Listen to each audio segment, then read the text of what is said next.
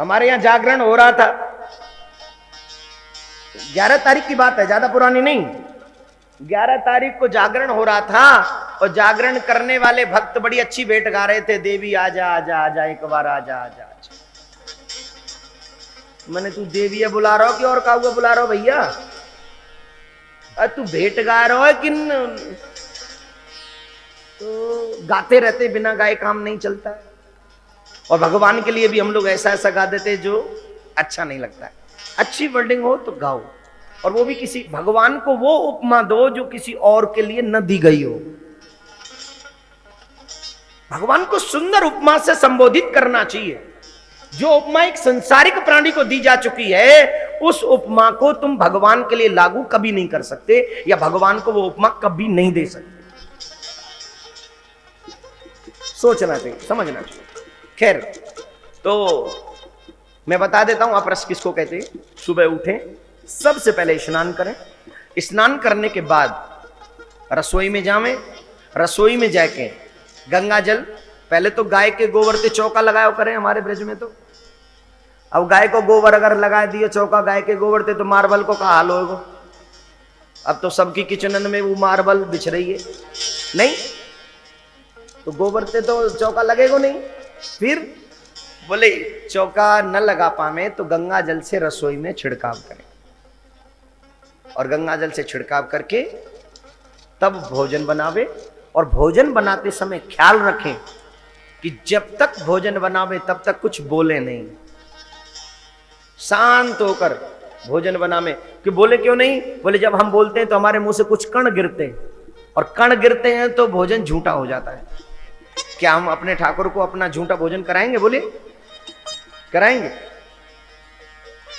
बहुत से लोग कह रहे हैं करा सकते हैं। जब सबरी झूठे बेर खिला सकती है तो हम भी खिला सकते हैं। तो या तो सबरी हो जाओ, या तो सबरी की तरह राम से प्यार करना सीख लो, और या फिर अपरस में मेरे ठाकुर के लिए भोजन बनाना सीख लो। एक तो करना पड़ेगा ना। अब सबरी तो है नहीं हम। सबरी ने तो अपने गुरु के वचनों पर विश्वास करके मृत्यु आने तक इंतजार किया राम के आने का। हम इंतजार करेंगे? करते हैं? हम तो कहते गुरु जी आज मंत्र दे दो, गुरु जी कल राम जी से मिला देना, कृष्ण जी से मिला देना। मतलब तुरंत चाहिए सब कुछ, तत्क्षण, उसी समय। लेकिन ऐसा नहीं है। भगवान की भक्ति में थोड़ा धैर्य से काम लेना होता है। खैर, अपरस इसको कहते हैं, ऐसे करना चाहिए। तो पूतना कह रही है जो अपरस में बनावे तो भोजन कर सकूं, नहीं तो नहीं। यशोदा मैया बोली ला तू बड़े पहली बार मैंने तू देखी है, तो तेरे लिए अपरस में भोजन में नहीं बनाऊंगी तो कौन बनावेगा? मेरी बहन इतनी दूर से आई, तेरे लिए अपरस में भोजन बनाऊं। लेकिन एक बात ध्यान, पे स्नान करवे जा रही हूं, और जब तक आऊं तब तक मेरे लाला को खिलामती रहियो, झूला पे झूल रहे हो मेरो लाला। एक बात को ध्यान रखियो, मेरो लाला रोवे नहीं। का ना करे, लाला रोवे नहीं। और ये मैयान को विषय, मैया जब लाला रोवे या लाली रोवे तो मैयान को दुख होए कि ना है? ऐसे कितनी विचित्र ममता होती है ना मां के हृदय में। बच्चा जब रोता है तो मां को पता चल जाता है किस लिए रो रहा है। भूखा है, प्यासा है, या गीले में सो रहा है, या क्या क्या समस्या है, मां तुरंत जान जाती है। ये मां के और पुत्र के दिल के जो तार है ना, वो ज्वाइंट है। एक को चाहिए, दूसरे को पता चल जाता है। बोलो राधे राधे। तो यशोदा मैया कह रही है, अरे ओ बहन मेरो लाला झूले पलना, नेक ध्यान राखियो, मेरो लाला पलना झूल रहे हो है, तो नेक धीरे धीरे झोटा दीजो। इतनो आनंद तो बड़ी मुश्किल से आवे, और जब कन्हैया कृपा करे तब आवे। अब जो इतने आनंद को नहीं ले पावे, उनसे ज्यादा दुर्भाग्यशाली और कौन होएगा भैया? है या हमारे जो आनंद आ रहे हो है पूर्ण रूपेण अपनी झोली में ले लो, अपने हृदय की झोली में ले लो। बोलो राधे राधे राधे राधे। यशोदा मैया चली गई, पूतना अपनो रूप बदल के, अपनो भेष बदल के, भयंकर रूप बनाए के कन्हैया के पास पहुंची। कन्हैया पलना में झूल रहे हैं, कन्हैया ने जैसी पूतना को देखो अपनी आंख बंद कर लें और मन ही मन में सोचवे लगे दुनिया की मौसी कितनी अच्छी हो कि जब भी जाएं अपनी बहन के छोरा के लिए कछु खाएबे को ले जाएं, कछु पहरवे को ले जाएं और खिलावे को अपने संग में खिलौना ले जाएं, झुलावे को झूला बूला ले जाएं।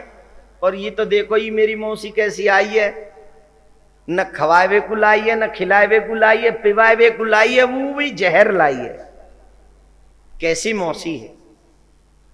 लेकिन फिर भी मेरे कन्हैया ने सोची चाहे जैसी है पर बनके तो मेरी मौसी आई है ना, मैं या की वही गति करूंगा जो मैंने अपनी मैया यशोदा के लिए सोच रखी है, अर्थात या को वही सम्मान दूंगा जो एक मौसी को होना चाहिए। सुखदेव जी कहते हैं राजन, मेरे कन्हैया से ज्यादा दयालु और कौन हो सकता है। जो प्राण लेना चाहती है उसी को कन्हैया ने जीवन मरण से मोक्ष दिला दिया, बार बार के आवागमन से मोक्ष दिला दिया। जिस मोक्ष को पाने के लिए बड़े बड़े योगी जन ऋषि मुनि जन तरसते, उसी मोक्ष को कन्हैया ने उसको दे दिया जो विष पान कराने आए। अहो बकियम स्तन कालपूटा। तो जैसी पालना में ते कन्हैया को उठायो, अपनो स्तन कन्हैया के मुख में दियो। प्राणै समरोस संबितो पीवत।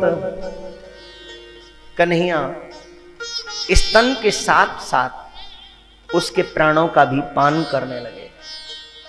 और जब कन्हैया पूतना के प्राणों का पान करने लगे, दूध के साथ साथ प्राण पान होने लगा, तो राक्षसी पूतना चिल्लाने लगी, सामुंचा सामुंचा, अरे मुझे छोड़ दे, मुझे छोड़ दे, मुझे छोड़ दे।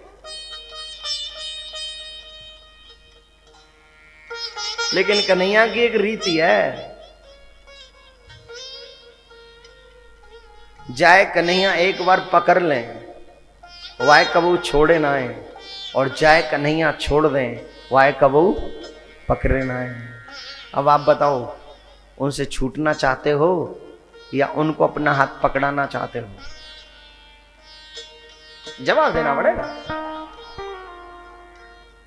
जो जो हाथ पकड़ाना चाहता है वो हाथ ऊपर करे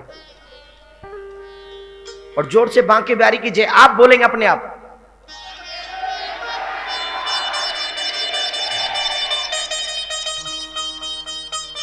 क्या कह रहे हैं, क्या इतने प्रेमी हैं। प्रेमी यहां नहीं होंगे तो कहां होंगे भैया? वृंदावन में से ही तो प्रेम का जन्म हुआ है। प्रेमी जो है गोपी प्रेम की ध्वजा। उस प्रियतम की दुर्दशा अगर कहीं हुई, उस ब्रह्म की दुर्दशा अगर कहीं हुई, तो सिर्फ प्रेम के आगे, सिर्फ ब्रज में। कहां हुई? नाचे नंदलाल नचावे हरि की मैया। बस बस, नाचे नंदलाल। वो ब्रह्म दुनिया को नचाता है। नचाता है कि नहीं? नचाता है ना? नाचे जग जा की माया में ताकू सखियां रही नचाए। और नचा भी किस बात पे रही है पता है? कन्हैया तुम वो नाच के दिखा दो, मैं तुम्हें माखन खवाऊंगी। कन्हैया नाचवे लगे,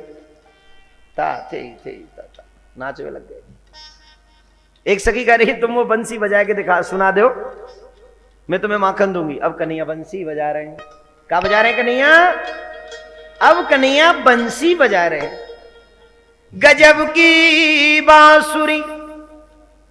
इसकी बांसुरी में भी जो कशिश है ना, गजब की बांसुरी बजती है वृंदावन बसैया की। करूं तारीफ मुरली की या मुरलीधर कन्हैया की। जहां चलता न था कुछ काम तीर और कमानों से। जहां चलता न था, जहां चलता न था कुछ काम तीरों और कमानों से विजय नटवर की होती थी वहां मुरली की तानों से। हम सब आई तेरे दर्श को, हमको भी दर्शन मिले धीरे धीरे, और दर्शन करने के लिए आए तो दर्शन जरूर होंगे। मेरे कन्हैया बड़े दयालु हैं। पूतना की सदगति करी है। पूतना के बाद में मेरे कन्हैया ने खेल ही खेल में अकासुर का वध किया, जो सक्टासुर का वध किया, जो सकट बन के आया था। फिर उसके बाद में मेरे कन्हैया ने तृणावर्त का वध किया, जो भबूड़ा बन के आया, कन्हैया को अपने साथ लेके उड़ गया। वहां पर मेरे कन्हैया ने अपना वजन बढ़ाना शुरू किया, और इतना वजन बढ़ायो कि जो तृणावर्त हो वो वजन सह न सके। फिर कन्हैया ने धीरे से वामे ने थोड़ा सो हमारे ब्रज में की वहां डुक मार दिया, और थोड़े से कोई ज्यादा नहीं, थोड़े समझदार हो एक घूसा मार दिया। तो जैसे ही वहां डुक मारे हो, गोविंदाय नमो नमः। फिर उसके बाद में नाम संस्कार की बारी है।